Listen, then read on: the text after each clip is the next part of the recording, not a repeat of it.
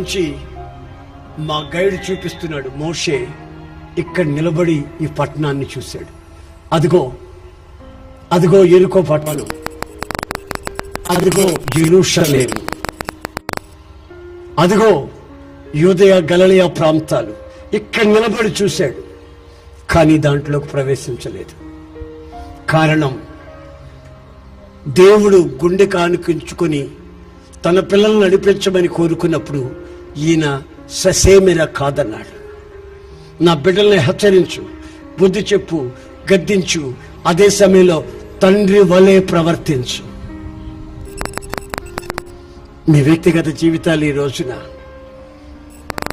ఆయన వాక్యం చేత గద్దించినప్పుడు, వాక్యం ద్వారా బుద్ధి చెప్పినప్పుడు, వాక్యానికి బుద్ధి చెప్పిన వాళ్ళకి వ్యతిరేక్తులై మార్చబడకుండా